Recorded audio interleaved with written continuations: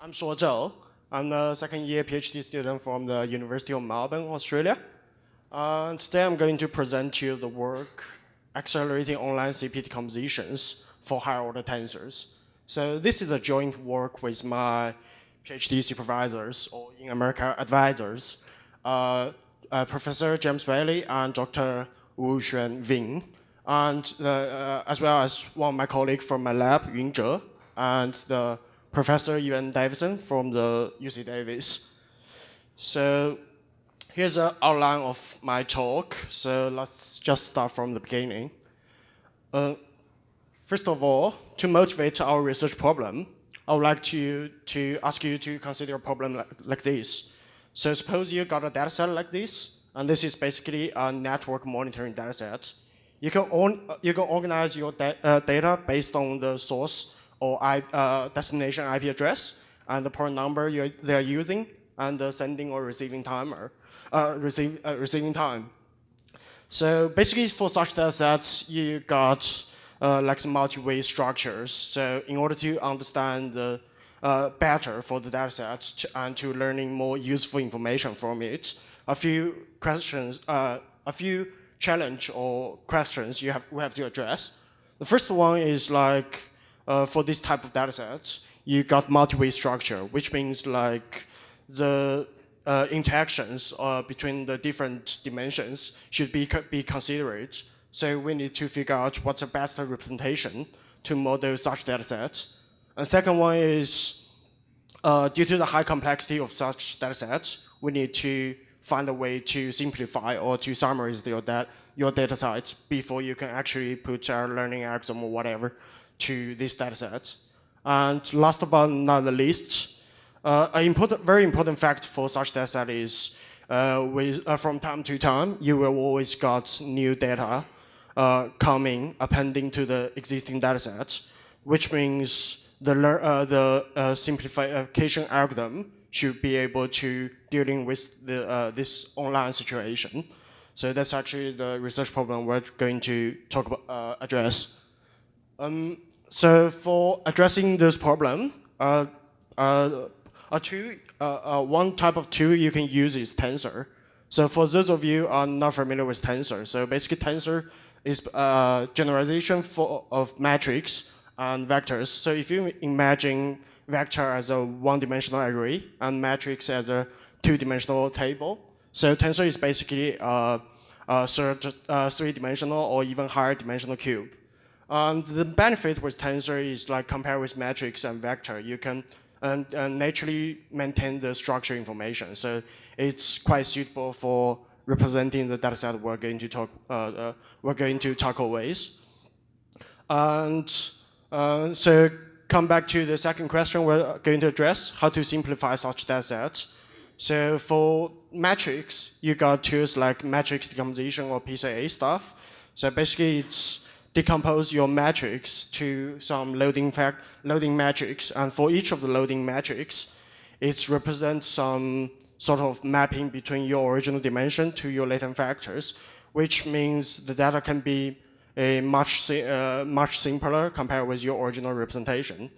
The same thing happened to Tensor. For Tensor, we got one typical algorithm called CP decomposition.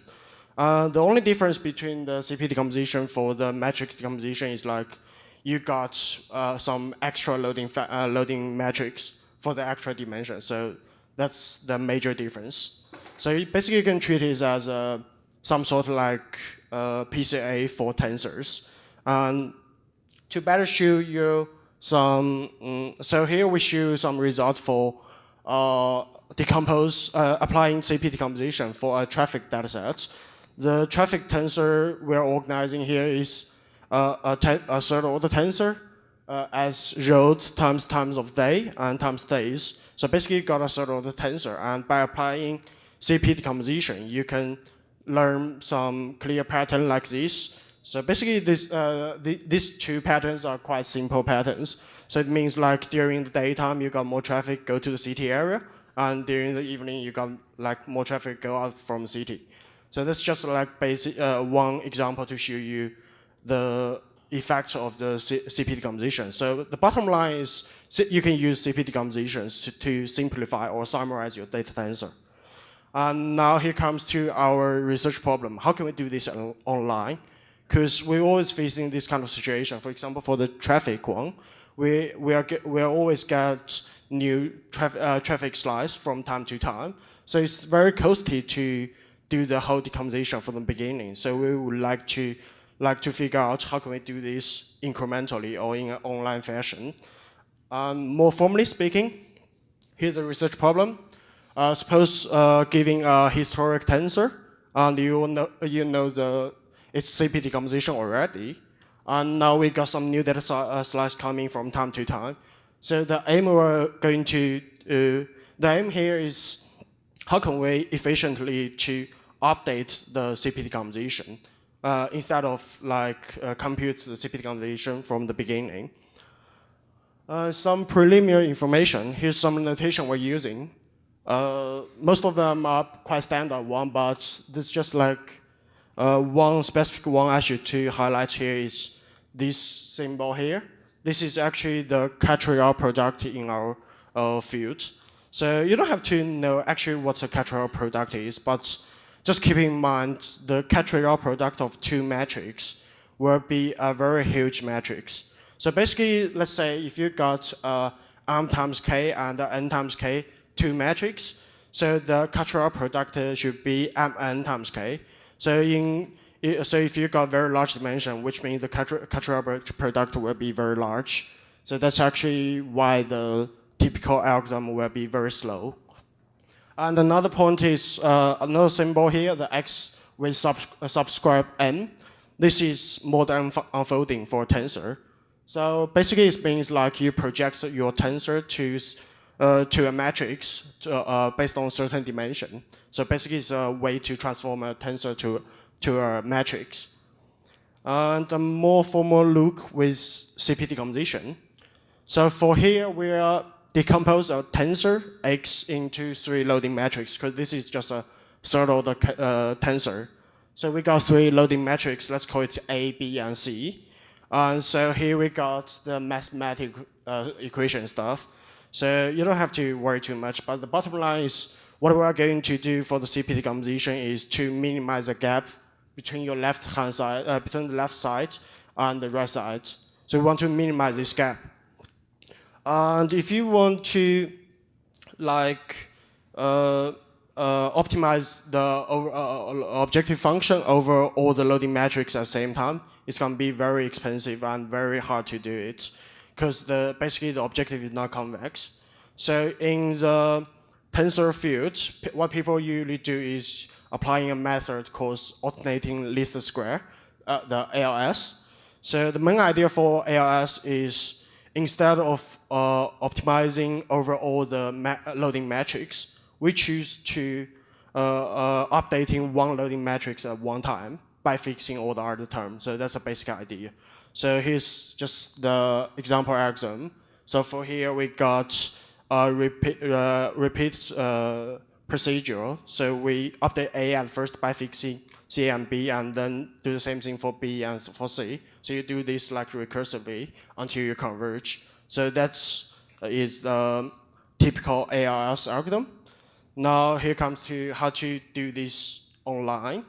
A very naive way to do this online is we can just adapt the typical ALS algorithm. So the way you can do it is, because for ALS you have to provide some seed point or some initialization to do the optimization. So what you can do is you can use your previous decomposition as a seed point, and then you apply the whole ALS procedure to get the new factorization.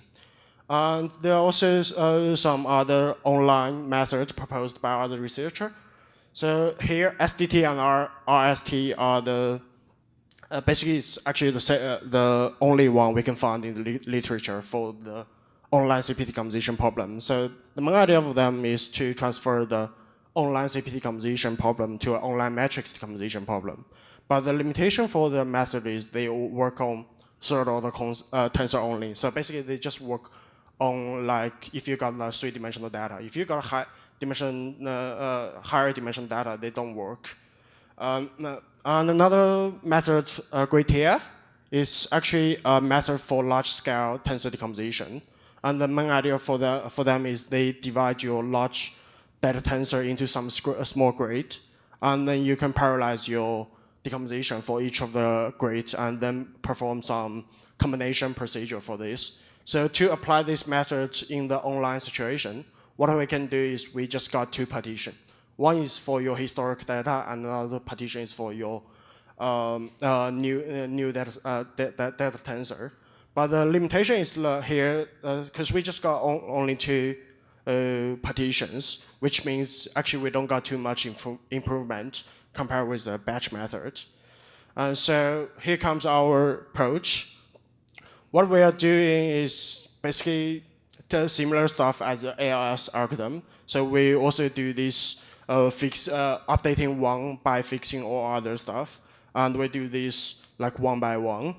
And for another point is for all the loading metrics not belong to the time. So for the time one, we directly update it. But for the non-temporal one, we create some complementary metrics. That's what we call. So basically, there are two assistant metrics to help you to store some useful information from your previous decomposition. And what's more important is we're sharing here is actually for those complementary metrics, we can, in fact, to update them incrementally. That's how we got the speed up. So let's take a deeper look. This is how to update the time dimension. It's actually quite simple. So we just fix all the non-temporal or loading metrics. In our case here is A and B. We're fixing A and B, just update C.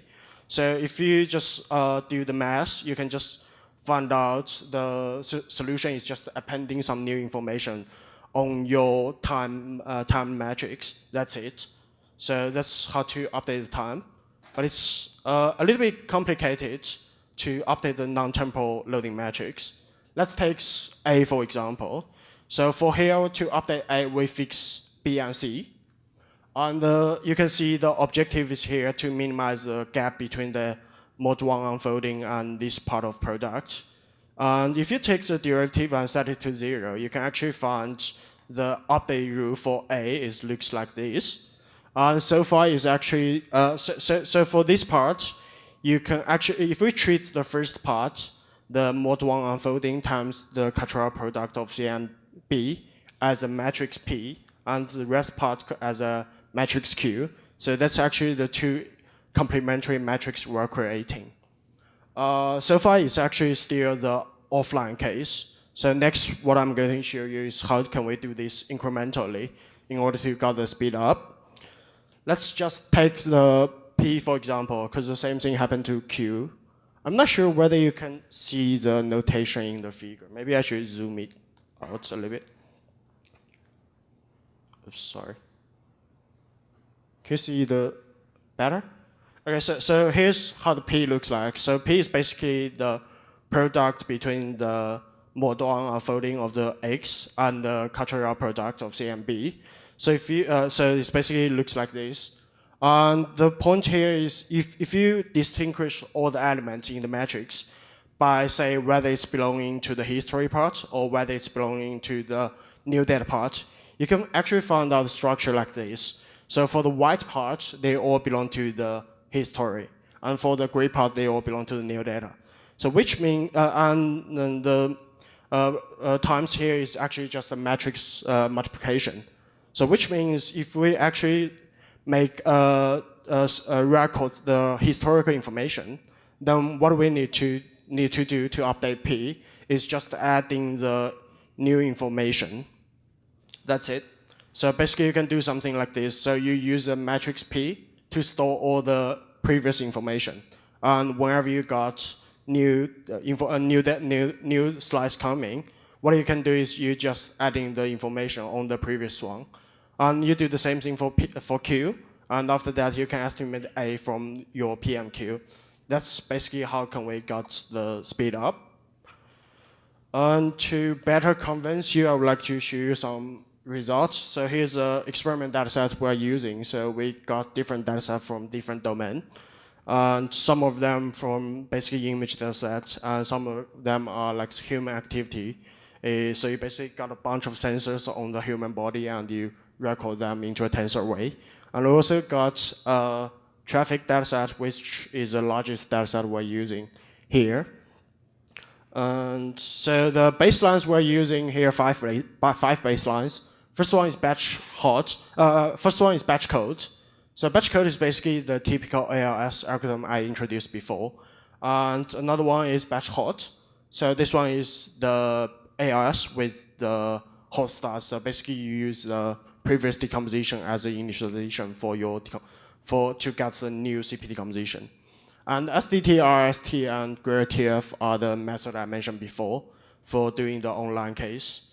The experiment setup, so for each of the dataset, we use 20% of the data as the initialization, and for all the rest, we add it slice by slice.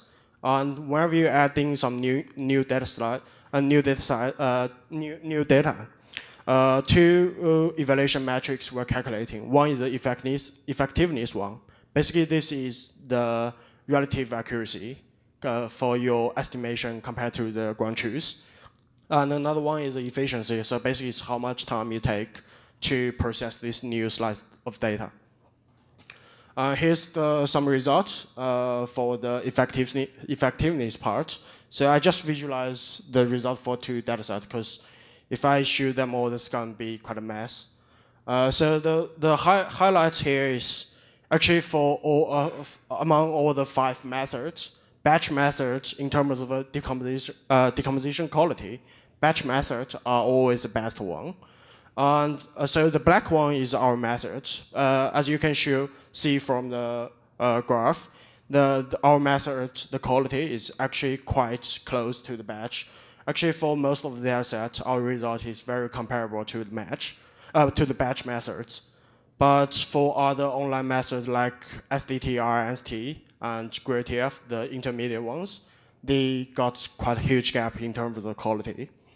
And in terms of the efficiency, here we show the result in log scale. So you can see like batch method always takes way much more time compared with other online methods. And for the GradTF, it shows here like we don't got too much improvement because we just have 2 partitions. But for our methods and actually SDT and RST, the efficiency performance are quite good. To better show you some numerical stuff, we show some number compared with the batch hot algorithm.